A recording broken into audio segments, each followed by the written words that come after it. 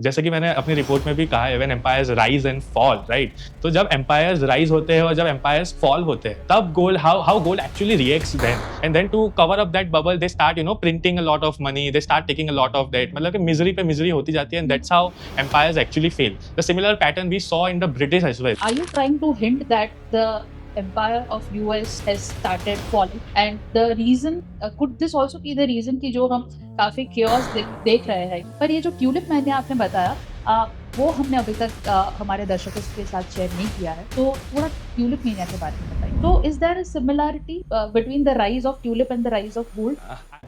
But अगर मैं आपको कहूँ कि आज जो जो यूएस है वो अपने डेट के ऊपर जो इंटरेस्ट पे कर रहा है, that is more than the defence spending. मतलब कि डिफेंस के ऊपर जितना खर्चा हो रहा है उससे ज्यादा तो उनको इंटरेस्ट पेमेंट्स करने पड़ रहे हैं. इंडिया सेकंड रैंक पर आता है. इंडिया से ज्यादा गोल्ड का कंजम्पशन चाइना करता है. सो एज आई सेड कि नेक्स्ट लीडर कौन होगा? So leader is someone who has everything, और करंटली तो मैं सिर्फ और सिर्फ कोई देख रहा हूँ कि they are leading in everything. कौन कहता है all that glitters is not gold? भैया अभी तो सिर्फ और सिर्फ गोल्ड ही ग्लिटर कर रहा है. और हमारे साथ आज जो गेस्ट जुड़े हैं उन्होंने 40 दिन का नहीं, 40 साल का नहीं, पर 400 साल का गोल्ड का इतिहास पढ़ा है. उनका जो रिपोर्ट है the empires rise and fall, वो बहुत ही ज्यादा इंटरेस्टिंग है. और इस रिपोर्ट में से कुछ कुछ ट्रांसक्रिप्ट आज वो हमारे साथ शेयर करने वाले हैं. बहुत बहुत स्वागत है Dhruv Pawashe, the researchist with us on Pratna's POV. स्वागत है आपका Dhruv sir. Thank you so much, Pratna ma'am, for inviting me. It's very pleasure to come on this show. So pleasure is all mine. Thank you so much. सबसे पहले तो मैं बहुत ज्यादा curious हूँ ये समझने के लिए कि what led you to go back to 400 years? क्यों 400 साल?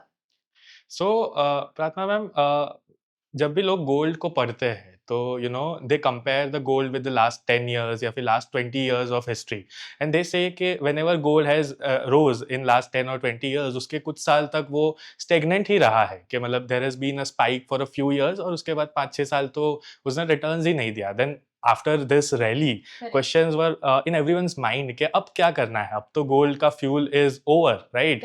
तो अब क्या करना है? तो इसी के लिए I went back to the 400 years. So normally companies, when we study companies का cycle is 20 to 50 years maximum actually, but gold has been with us from the decades, not even decades, from even centuries actually. So why not study the whole back of the centuries के पहले जब भी ऐसी situations हुई थी तब gold ने कैसा रिएक्ट किया था. आई बिलीव अभी हम जो स्टेज पे है, we are on the cusp of very interesting. जैसे कि मैंने अपनी रिपोर्ट में भी कहा है, when empires rise and fall, right? तो जब एम्पायर्स राइज होते हैं और जब एम्पायर्स फॉल होते हैं, तब gold how gold actually reacts then. मतलब जब हमने पहले मेरी मेरी रिपोर्ट में मैंने स्टडी किया है कि व्हेन डच रोज एक्चुअली, फिर जब डच का जो डाउनफॉल आना शुरू हुआ, then how gold has reacted. Similarly जब ब्रिटिश ब्रिटिश आ गया, एवरीवन वाज थिंकिंग कि British is going nowhere, British is going to rule the world for over the next few centuries, but ऐसा कभी नहीं होता है. There is a cycle in everything. तो ये साइकिल को पढ़ने के लिए I went back to 400 years और पूरा उसको स्टडी करके I bring it on the one chart कि what can happen next. So when you study 20 years, gold will always you will always see gold as a volatility. But when you study gold for the 400 years, you will see a rhythm actually. So yes, that was the reason I went back to 400 years. I am a music lover और जैसे ही आपने rhythm बोला तो कुछ कुछ rhythm मेरे कानों में भी गुनगुना रही है. क्या हुआ था 400 साल पहले? So there is a very famous book of Ray Dalio, जहाँ पे उन्होंने एक बिग साइकिल के बारे में कहा है. So how this big cycle actually works, तो उसमें अलग अलग स्टेजेस है. So whenever there is an empire who rose, जब भी मतलब हिस्टोरिकली हमने देखा है कि there has been a war, जो भी वॉर में जीत जाता है, their empire start building up. तो there is a similar pattern has happened. अगर हम 1600 की बात करें, so Dutch were in power, Dutch was leading everywhere. If you want to do a trade, Dutch के पास सब कुछ था. If you think about the innovation, Dutch had everything. Greatest of greatest mind were with the Dutch. So Dutch was leading in everything, कि Dutch के पास सब कुछ था. If you want anything, you have to import it from Dutch. उसकी वजह से similar to US dollars, जैसे कि आज हम यूएस डॉलर्स यूज कर रहे हैं, at that time people had no option but to accept the Dutch currency which was guilder. अगर आपको डच के साथ ट्रेड करना है तो you have to trade in Gilder.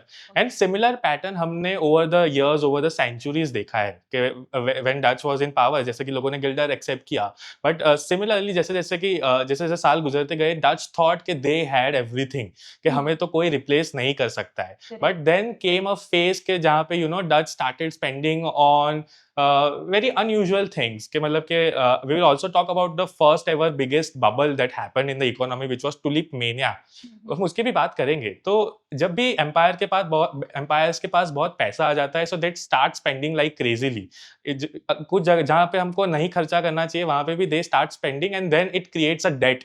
एक बबल बनना शुरू हो जाता है, and then to cover up that bubble they start printing a lot of money, they start taking a lot of debt, मतलब कि मिजरी पे मिजरी होती जाती है, and that's how empires actually fail। The similar pattern we saw in the British as well, कि British का भी this when they took over the Dutch, their situation was very similar on how Dutch started। They were very big on trade, they were very big on innovation, they had everything, but they did a similar mistake which Dutch did, and now we are noticing that similar mistake even US is doing।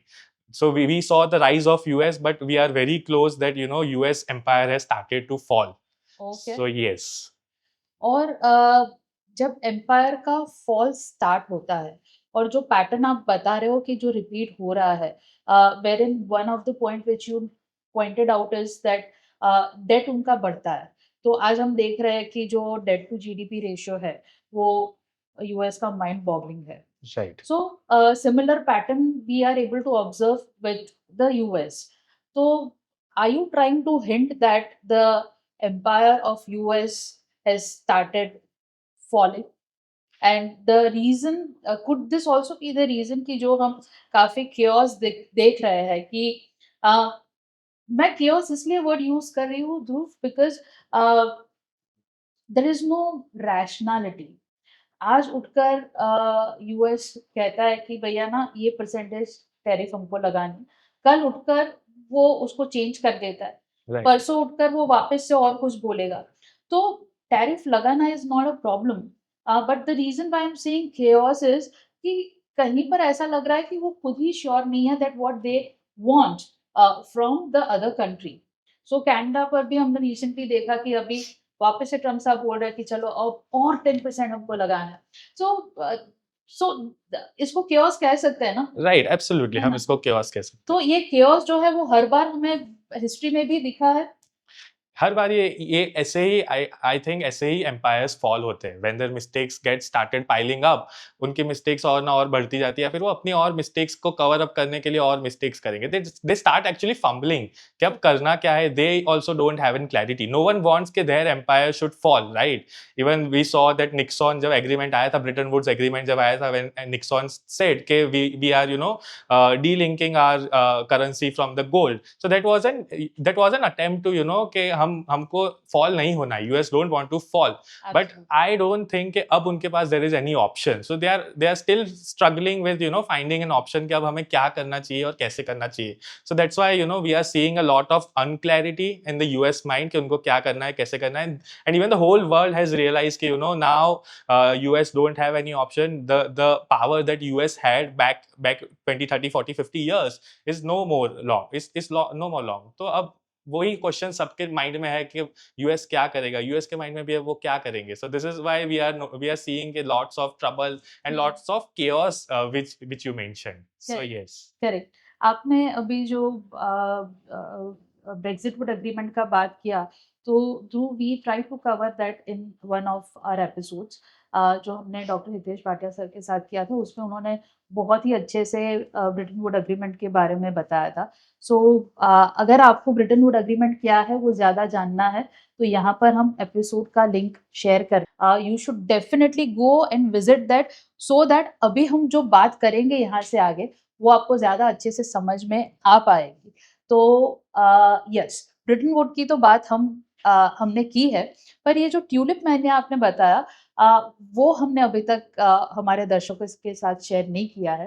तो थोड़ा tulip mania के बारे में बताइए। Tulip mania एक बहुत ही interesting analogy है actually, और मैं आज जो चीज़ हो रही है उससे मैं काफ़ी रिलेट कर पा रहा हूँ जब हुँ, जब I read about the tulip mania. So we mention के जब empire start rising, you know, so there is a phase. इस पहला फेज़ इज़ के when they win a war. हम हिस्ट्री की बात कर रहे हैं कि let's say Dutch won a war with someone, और उनका empire, you know, started rising, they took over everything. तो अब they will start spending on the productivity, they will start spending on their trade, they will start, you know, finding a lot of avenues कि कहाँ से पैसा आ सकता है, and they will keep on doing that. Correct. But जब ये phase over हो जाता है, देन दे हैव एवरीथिंग। अब उनको पता नहीं है अब उनको क्या करना है, so they will start spending like crazy. जैसे कि आज हम डिफेंस स्पेंडिंग देख रहे हैं कहीं ना कहीं। I can relate that to this thing कि you don't okay. Know what to do, you will do anything. आपने सारे एवेन्यूज कवर कर लिए, so then this tulip mania actually happened.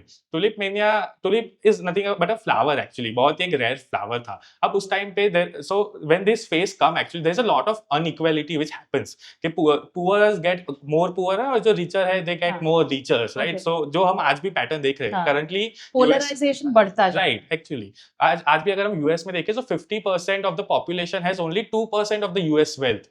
तो मतलब आप समझ सकते हो कि कितना बड़ा गैप है एक्चुअली। है। तब भी यही सेम चीज हो रही थी, और आज भी हम देखते हैं कि जो रिच है, जिनके पास बहुत पैसा है, they spend like crazy on crazy things. Hmm, मतलब उनको पता नहीं है कि करना क्या है एक्चुअली ये करेक्ट। पैसों का। So that's what happened at that time. और टुलिप क्या? Was a very rare flower at that time, और it become a status of a symbol कि जिसके घर में टुलिप है, like he is a very wealthy man. और हाँ, मतलब you would be shocked to know कि one tulip flowers cost was equivalent to that time कि you can afford a house in Amsterdam, and not वाह! just a house but a townhouse. You can buy a townhouse with a similar cost that tulip was worth at that time. My God! So this went on crazily, मतलब कि so what people did was people even started trading the tulip. So हाँ, the हाँ, paper contracts basically, जैसे कि आज हम देखते हैं कि call and put options है। So at correct. that time, because it was very rare, because it had a lot of value and everyone wanted to, you know, get those tulip, so people started trading those call options, basically paper contracts. लेकिन एक दिन ऐसा आया कि, you know, the prices were मतलब at a skyrocket, and one day suddenly no one wants tulip. Okay, So at that time, the tulip mania happened actually. Tulip की जो prices थे, it fall crazily. Whatever fortunes people were thinking they are having at their home, but no more. So whoever traded the paper contracts, they lost everything actually. So, वाह! so so there was no demand suddenly.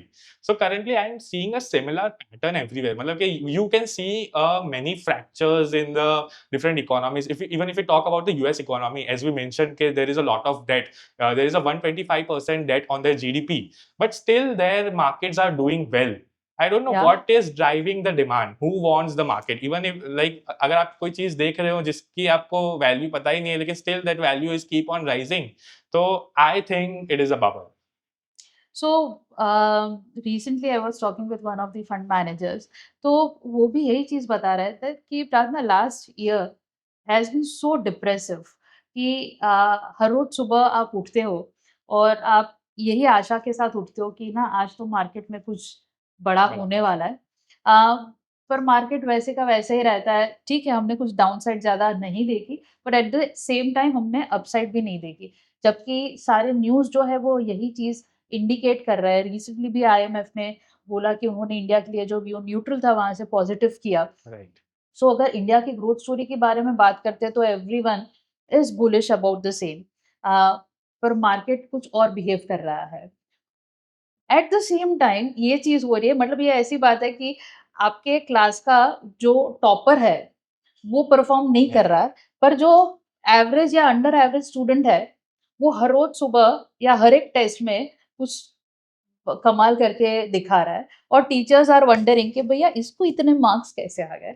Right. So depressive markets जो है, वो बहुत अच्छा perform कर रहे हैं और जो इंडिया का मार्केट है, वो लास्ट ईयर बहुत कुछ ज़्यादा परफ़ॉर्म Yeah. नहीं कर पाया। आई एग्री विद दैट कि कुछ समझ में नहीं आ रहा कि यूएस के मार्केट्स इतना अच्छा रिएक्ट कैसे कर रहे हैं, जबकि वहाँ पर कोई भी चीज़ सही नहीं चल रही है। तो बबल फॉर्म हो सकता है वहाँ पर। अच्छा, एक आपने बताया कि यूएस का मार्केट जो है वो बहुत अच्छा परफ़ॉर्म कर रहा है। पर साथ में गोल्ड भी बहुत ज़्यादा अच्छा परफ़ॉर्म कर रहा है। Right. तो ये जो बबल की आप बात कर रहे हैं और ट्यूलिप और गोल्ड दोनों में अगर एक सिमिलैरिटी देखने की कोशिश करें, तो ट्यूलिप का भी जो यूसेज वैल्यू जो था, वो नील था। मतलब क्या ही मतलब फ्लावर का क्या यूसेज वैल्यू हो सकता है?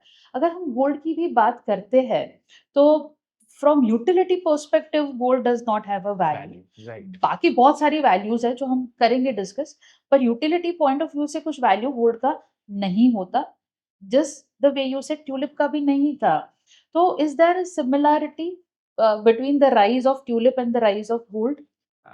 I don't think so मतलब कि okay. tulip was just temporary कि कुछ साल आपने you saw an rise in demand but hmm, gold is with us since centuries actually okay. मतलब gold is the real truth I believe कि मतलब कि capital without a collateral is just an illusion कि whatever like the Bretton Woods agreement we are talking जहाँ पे gold को हमने delink कर दिया but that was actually an illusion currently we are just printing money हुँ, और उसके बैकअप में क्या है we don't have anything.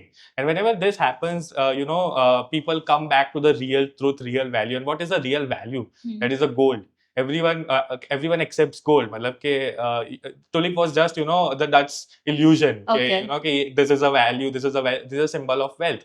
But gold is something which everyone is believing and everyone is believing since decades and even centuries. So correct, I think gold is the real truth, ultimate value that everyone have. So okay. I don't think the tulips rally and the gold's rally is a very similar. It is not Not similar. similar. Okay, it is not similar. तो जब already हमने देखा कि 1 साल में more than 50-60% returns gold ने दिखाया और धनतेरस को जब सबसे ज़्यादा लोग गोल्ड पर श्रद्धा रखते हैं, तो वहीं पर कहीं हमने देखा कि अरे यार! ये गोल्ड कुछ डगमगाना शुरू किया है धनतेरस से। तो is this the end of the bull cycle of the gold या फिर ये साइकिल अभी जस्ट शुरू हुई है और अभी इसमें काफ़ी कुछ इंटरेस्टिंग चीज़ें होने वाली है? So again, I'll come to the point that I discussed a few minutes back. Okay, we cannot compare gold with the last 15-20 years of okay, performance.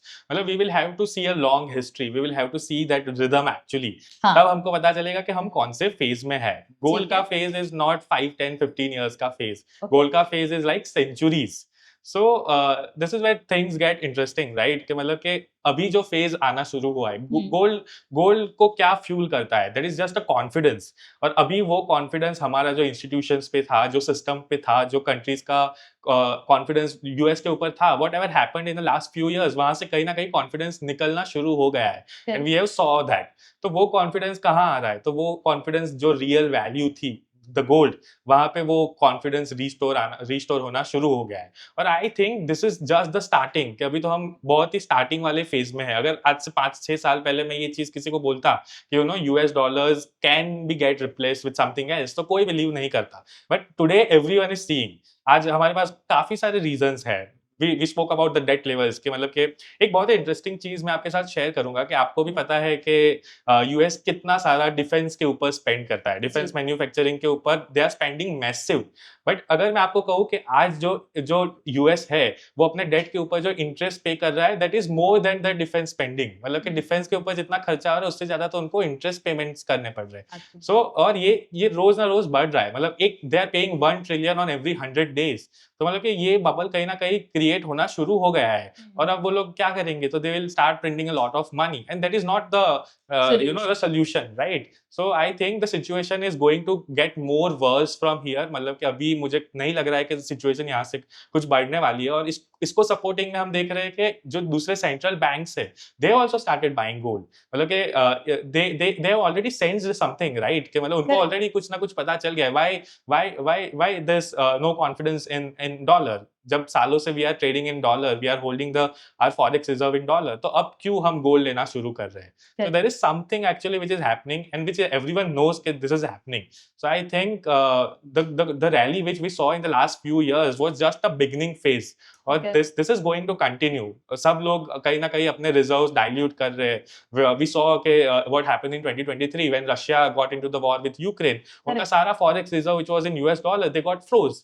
तो अगर समझो कल कल को China is not ready to do a trade with Russia, sorry trade with US. So क्या पता China की भी फॉरेक्स रिजर्व कल यूएस बैन कर दे या फिर फ्रोज कर दे. तो फिर चाइना क्या करेगा? So everyone is starting getting a sense कि what wrong US can do to our country for their own mean. वो प्रॉब्लम में है, तो वो अपने प्रॉब्लम में से निकलने के लिए दे कैन डू एनीथिंग। और वो तो हमेशा यूएस के लिए सभी लोग कहते हैं कि ये ना ही किसी का राइट, दोस्त हो सकता है, ना ही किसी का मतलब दुश्मन तो हो ही सकता है, पर दोस्त तो दोस्त आप एक्सपेक्ट मत ही करो। राइट। तो ये तो सभी लोग पहले से बता रहे हैं। आपने चाइना का ज़िक्र किया और गोल्ड की ऑलरेडी हम बात कर रहे हैं। हमारे दर्शकों के लिए शायद अगर आपको ऐसा लग रहा है कि इंडिया के पास सबसे ज़्यादा गोल्ड है या फिर सबसे ज़्यादा कंज़म्पशन इंडिया गोल्ड का कर रहा है, तो इंडिया सेकंड रैंक पर आता है। इंडिया से ज़्यादा गोल्ड का कंज़म्पशन चाइना करता है। एंड चाइना की ऑलरेडी ध्रुव ने अभी बात की और हम एम्पायर्स फॉल की बात कर रहे हैं। तो ये जो फॉल होकर जो नेक्स्ट शिफ्ट लग रहा है, वो आपको नेक्स्ट शिफ्ट कहाँ पर लग रहा है? Would you bet on China और would you bet on BRICS in consolidation? So as I said के नेक्स्ट लीडर कौन होगा? So leader is someone who has everything. आपके पास सारी चीजें हैं, तभी you can become a leader. So next leader वही होगा जिसके पास सब कुछ है। They have everything to trade with other economies, they are leading in innovation. और करंटली तो मैं सिर्फ और सिर्फ चाइना को ही देख रहा हूँ कि they are leading in everything. Okay. आज आपको कोई भी चीज चाहिए, कुछ भी चीज चाहिए, एवरीथिंग चाइना है। सबका second option is China. So I see के there is no one to compete। Even even आज यूएस भी चाइना के सामने खड़ा नहीं रह सकता है। Like we have spoken about the chaos। कुछ दिन पहले हम बात कर रहे थे, the US will imply 200% tariff on China. और हाँ। अभी थोड़े दिन पहले यूएस बोल रहा है नहीं, we are not going to impose any tariff on the China. तो मतलब कि ये क्या है? I don't understand. मतलब कि even US wants China to trade with them. So I think अभी के लिए तो there is a no option. हुँ। But there is only one leader who is leading this game, who is a China. So yes. Okay. What about I love my India? So India story is very strong, I would say. Last one decade, mein whatever development which has happened was मतलब very strong. So there is no country, अगर आज की अगर हम बात करें, so there is no other country which is in competition with India if we talk about the growth. And India is at the center of everything. मतलब कि आज हमारे रिलेशन यूएस के साथ भी अच्छे हैं, आज हमारे रिलेशन रशिया के साथ भी अच्छे हैं, इवन वी आर हाँ। Doing good with the Middle East. तो सबके साथ India's relation is very good. We are at the centre of the peace. और नेक्स्ट जो भी आने वाले साल है, आने वाले डिकेड्स, आने वाली सेंचुरी, दे डोंट वांट कि वॉर हो या कुछ हो, they want peace. They see everything equilibrium. तो I think India is at the centre, but there is a lot that India needs to do. मतलब हुँ। कि 6-7% GDP growth is just because of our population. हमारा population is 140-150 crore. तो correct. मतलब कि अगर हम कुछ भी नहीं करेंगे तो भी we can grow at a 6-7% GDP. हुँ। But we need to implement some strong laws to to take this growth to the 10-12% GDP, which China has done very well. So हमको बहुत सारे steps लेने जरूरी है, but because we are a democratic country, hmm. so कहीं ना कहीं हम उस रीजन से भी कहीं ना कहीं हम पीछे रह जाते हैं, क्योंकि there is a lot of oppose to hmm. whatever new thing that current government is trying to do. But whatever they have done in the last 10 years was very fantastic. So I think कि अगर हम ऐसा ही करते रहे या फिर और अच्छे से करेंगे, तो we can be the leading country in the next few years. Okay. So population जैसे आपने बताया कि हमारा स्ट्रेंथ है और उसके साथ आपने ये भी कहीं-कहीं हिंट किया कि क्योंकि ये पॉपुलेशन है अ, वो फॉर भी काम कर सकता है, अगेंस्ट भी Again, काम कर सकता है, right. दोनों साइड काम कर सकता है। Uh, do you also believe that we need more of Zohos of the world uh, to see India ये जो 6-7% से निकलकर अगर हमें 10 टू 12% के ग्रोथ पर जाना है तो we need more Zohos of the world? So I think whatever happened in the last few years, जो tariff wars हमने देखे, was an eye opener for many countries including India. सबको पता चल गया कि you cannot survive on foreign countries. कि ऐसा नहीं है कि आप outsourcing करते जाओगे और you will print a lot of money. You correct. need something of your own. कब तक हम दूसरों पे dependent रहेंगे? आज India, if we talk about the software actually, तो हम सब कुछ कहीं ना कहीं डिपेंडेंट है यूएस के ऊपर। सारी companies of US are doing a lot of business, they see a lot of business in India, और दे आर स्पेंडिंग हेवीली। अभी हमने यस। डेटा सेंटर्स की भी अगर हम बात करें, so all the companies, Google का हमने देखा कि they are doing a lot of investment in the Telangana. So मतलब कि अगर दूसरी कंट्रीज की companies are seeing a lot of potential in India, then why not ours? मतलब क्यों नहीं हम ये अपॉर्चुनिटी को लेके आगे जा सकते हैं। So make in India was an very fantastic movement I would say. लेकिन हमको ऐसे कहीं और इनिशिएटिव्स चाहिए, कहीं और जोहो जैसी कंपनी चाहिए। आई सी अ बिग रूम, मतलब कि there is a very big room available कि जोहो जैसी और हजारों लाखों कंपनी इंडिया में आ सकती है, they can do very well. अगर हमको जो 6-7% GDP growth we are talking, if you want to take it to the 10-12%, तो हमको ये इनिशिएटिव लेने की बहुत ही जरूरत है। So whatever brain drain we are seeing के बहुत सारे यंग माइंड्स, आज अगर हम देखें तो अगर बड़ी-बड़ी एमएनसीज के who are the leaders, they are the Indians actually. So why not they are building something in our own country. अगर हमको ये 10-12% तक लेके जाना है, so then we will have to stop everything and we will have to take bold decisions, bold initiatives. Okay. जैसे आपने एक इनिशिएटिव को अप्रिशिएट किया कि जहाँ पर हम मेक इन इंडिया की बात कर रहे हैं, तो कहीं न कहीं पर मैन्युफैक्चरिंग पर भी इंडिया का जो फ़ोकस है वो बहुत ज़्यादा है। एंड चाइना जो आपने सुपर पावर की बात की, तो China has also become so dominant because of their focus on Manufacturing. Manufacturing and we are able to see कि येस इंडिया का भी ये फ़ोकस है।